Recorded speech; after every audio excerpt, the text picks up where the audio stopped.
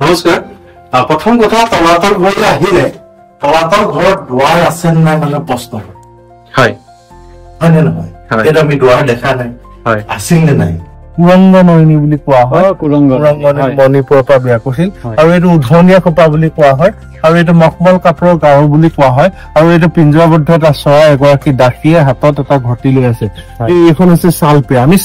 চালপিৰা বুলি ক'লে মনত এটা ভাৱ হৈ থাকে চালপিৰাখন কেনেকুৱা হয় গুড মৰ্নিং বন্ধুসকল আপোনালোক সকলোকে আমাৰ ইউটিউব চেনেলটোলৈ স্বাগতম জনাইছোঁ আজি আমি শিৱসাগৰলৈ বুলি আহি আছোঁ আৰু আকাশখনলৈ চাওকচোন বতৰটো কিমান ফৰকাল এনেকুৱা ফৰকাল বতৰতে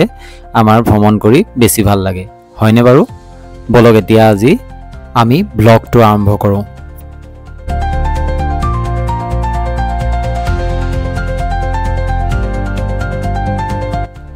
আমি আহি এতিয়া মৰাণ বাইপাছ পালোহি মৰাণ বাইপাছটো ইমান ডাঙৰকৈ বনাইছে যে একেলগতে তিনিখন গাড়ী ক্ৰছ কৰিব পৰা ইমান প্ৰকাণ্ড বাইপাছ আগতে মই কাহানিও দেখা নাই এতিয়া আমি তলাতল ঘৰ পালোহি তলাতল ঘৰ পায়ে প্ৰথমে টিকেটটো লৈ ল'বলৈ আহিছোঁ পিছে আহি গম পালোঁ তলাতল ঘৰত টিকেট কেছ পইচাৰ যোগেদি ল'ব নোৱাৰি কেৱল স্কেনাৰৰ সুবিধাহে আছে গতিকে আমি স্কেনাৰত স্কেন কৰিয়ে প্ৰথম টিকেটটো লৈ ল'লোঁ আৰ্কিঅলজিকেল সাৰ্ভে অফ ইণ্ডিয়াই তলাতল ঘৰৰ সম্পৰ্কে লিখিছে যে স্বৰ্গদেউ ৰাজেশ্বৰ সিংহই নিৰ্মাণ কৰা এই প্ৰসাদটো তলাতল ঘৰ বুলি প্ৰসিদ্ধ উত্তৰা দক্ষিণাকৈ অৱস্থিত এই প্ৰসাদটোৰ দুয়োকাষে উপকক্ষ দেখা যায় তলাতল ঘৰৰ ওপৰৰ অংশটো প্ৰায় সম্পূৰ্ণৰূপে মুকলি ছাদ এই ছাদৰ পশ্চিম দিশতে অষ্টাভুজাকৃতিৰ এটা মন্দিৰ আছে আৰু তলাতল ঘৰৰ সোমাই আমি এইয়া বৰটোপ দেখিবলৈ পাইছোঁ এই বৰটোপকেইটা দেখাৰ লগে লগে মোৰ এটা মোবাইল গেমলৈ মনত পৰিছে সেইটো হৈছে ক্লেছ অফ ক্লেন 2012-13 চনৰ মানত এই গেমটো খুব বেছি পপুলাৰ আছিলে আমি খুব বেছি খেলিছিলোঁ বাৰু এইবোৰ বাদ দিছোঁ এতিয়া বৰটোপলৈ আহোঁ আহোম যুগত প্ৰধানকৈ তিনি ধৰণৰ বৰটোপ দেখিবলৈ পোৱা গৈছিলে আপোনালোকে ভিডিঅ'ত দেখিবলৈ পোৱা প্ৰথম বৰটোপটো হাতীৰ খুৰডালৰ আকৃতিৰ গতিকে এইটো হাতী খুৰীয়া বৰটোপ বুলি কোৱা হয় দ্বিতীয়তে যিটো বৰটোপ আছে সেইটো বাকীকেইটাৰ তুলনাত অলপ ডাঙৰ হেতুক হাতী মৰিয়া বৰটোপ বুলি কোৱা হয় আৰু 3 নম্বৰ বৰটোপটো হাতীৰ ভৰি খুজটোৰ সমান সেইকাৰণে ইয়াক হাতী খুজিয়া বৰটোপ বুলি কোৱা হয় এই তিনি ধৰণৰ বৰটোপেই আহোম যুগত ব্যৱহাৰ হৈছিলে বলক এতিয়া আমি লাহে লাহে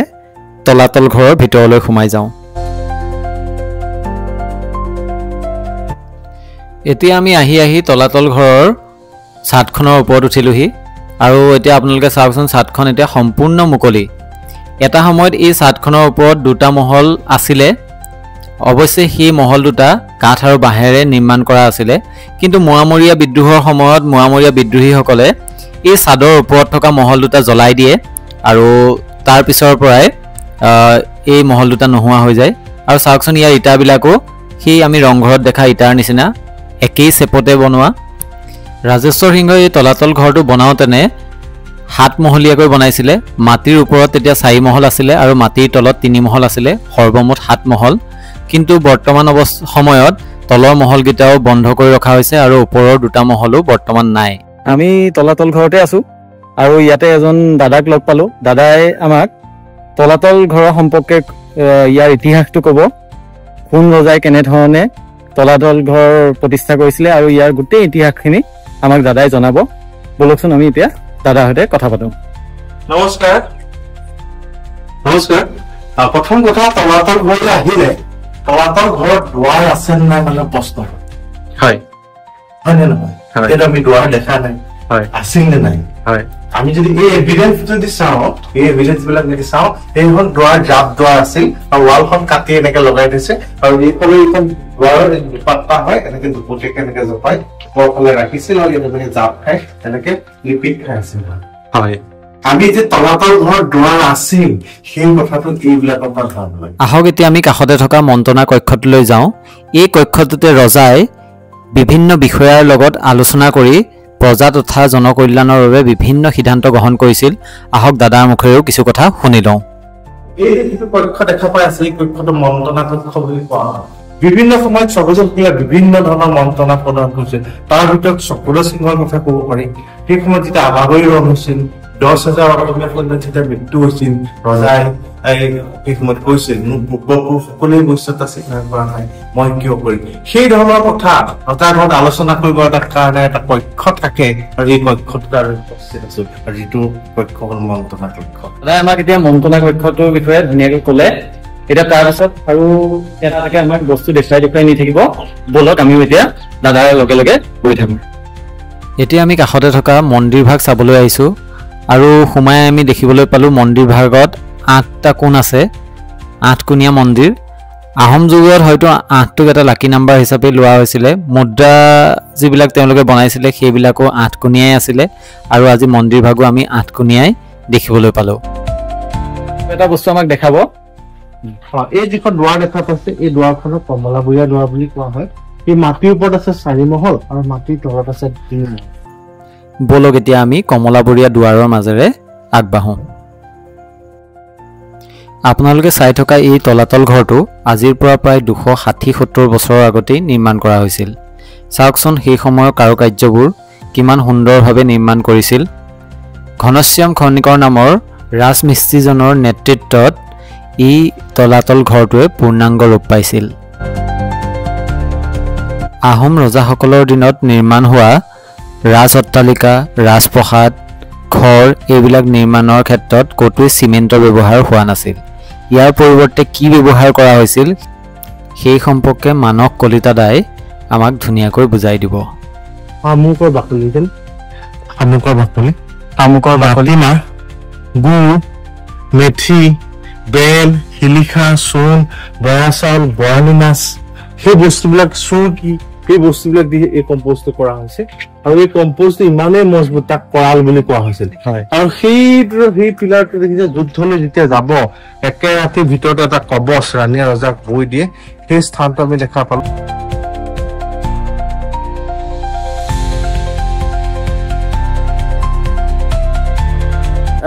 যিটো শ্লাইড দেখা পাইছো এই বস্তুখিনি যে দেখিছে ই যিগৰাকী ৰাণী আছিল বহুতে ক'ব খোজে কুৰংগ নয়নী বুলি কোৱা হয়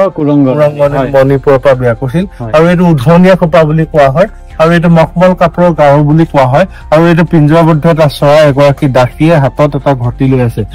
এইখন হৈছে ছালপিৰা আমি ছালপিৰা বুলি ক'লে মনত এটা ভাৱ হৈ থাকে ছালপিৰাখন কেনেকুৱা হয় নে নহয় আমি পিৰা দেখিছো কিন্তু ছালপিৰা দেখা নাই এই ছালপিৰা এইটো আৰ্হিহৰ বস্তু আছে আৰু এই ৰাণীগৰাকীয়ে যাবৰ কাৰণে সেইফালেদি এটা জান খনাই থৈছে আৰু সেই জানটো ৰূপহী জান বুলি কোৱা হয় তাৰপিছত আমি সুৰংগ চাম তলাতল ঘৰৰ বিষয়ে বহুখিনি জানিবলৈ পালো আৰু এতিয়া আমি গ্ৰাউণ্ড ফ্ল'ৰলৈ আহি আছো আৰু গ্ৰাউণ্ড ফ্ল'ৰৰ কি কি চাব লগা আছে সেইখিনি আমাক ধুনীয়াকৈ দেখাব এতিয়া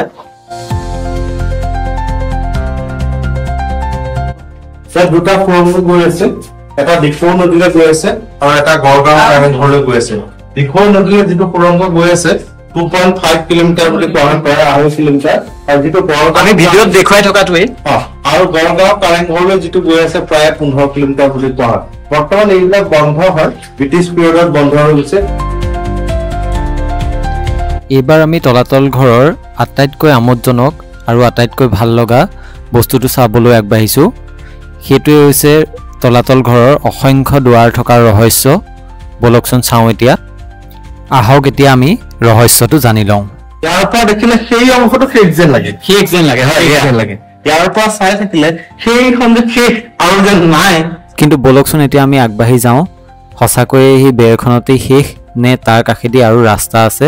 তেতিয়া আমি ভালদৰে চালেহে গম পাম আৰে এইখিনিতে শেষ বুলি ভাবিছিলোঁ আকৌ এটা ৰাস্তা ওলাল হয় এইটোৱে তলাতল ঘৰৰ অসংখ্য দুৱাৰৰ ৰহস্য শত্ৰুৰ পৰা ৰক্ষা পাবলৈ এনেধৰণে নিৰ্মাণ কৰা হৈছিল দাদা ইয়াতে এটা প্ৰশ্ন হয় যে ইমান ধুনীয়া কাৰেংঘৰ আছিলে আজি কিন্তু অলপ আমি বেয়াও দেখিছোঁ বাৰু জহি কৰি গৈছে বহু ক্ষেত্ৰত বেয়াও হৈছে কিন্তু ইয়াতো ৰজাদিনীয়া বহু বস্তু আছিলে সেই বস্তুবিলাক বৰ্তমান ক'ত আছে সাধাৰণতে সেই বস্তুবিলাক একজেক্ট সেই বস্তুখিনি ক'ত আছে বা কেনেকুৱা ধৰণৰ কথা আছিল সবিশেষ তথ্য কাৰো হাতত সাধাৰণতে নাই তথাপিতো এই ৰাজধানীখন চলি আছিল 1751 to 69 17 বছৰ 7 মাহ 21 দিন ৰাজত্ব কৰাৰ পাছত ৰাজেশ্বৰ সিংহক ৰাঘৱ মৰাণে বন্দী কৰিছিল বন্দী কৰি ৰাখিছিল যিহেতু মোৱামৰীয়াসকলৰ কথা মানে ৰিভলিউচন হৈছিল আৰু সেই সময়ত এই কাহিনীটো ভাঙিছিল আৰু এই ৰাজধানীখন ইয়াৰ পৰা চিফ্ট কৰি লৈ গৈছিল কমলেশ্বৰ সিংহই যোৰহাট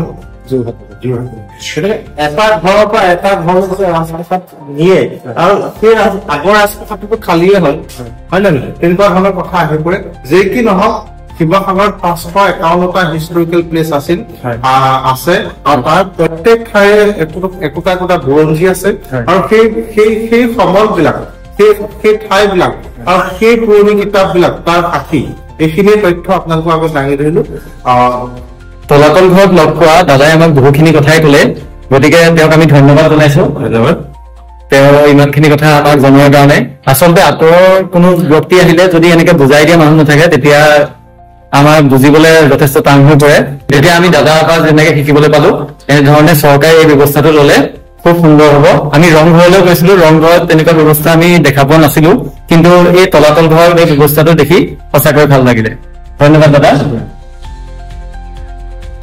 আকৌ এবাৰ তলাতল ঘৰৰ ভিউটো আপোনালোকক দেখুৱাই দিছো আজি ভিডিঅ'টো ইমানতে সামৰিছো যদি ভিডিঅ'টো চাই ভাল পালে তেতিয়া লাইক কমেন্ট শেয়াৰ সাবস্ক্ৰাইব কৰি দিব পুনৰ এটা নতুন বিষয়ত নতুন এটা ভিডিঅ' আপোনালোকলৈ লৈ আহিম তেতিয়ালৈ বাই বাই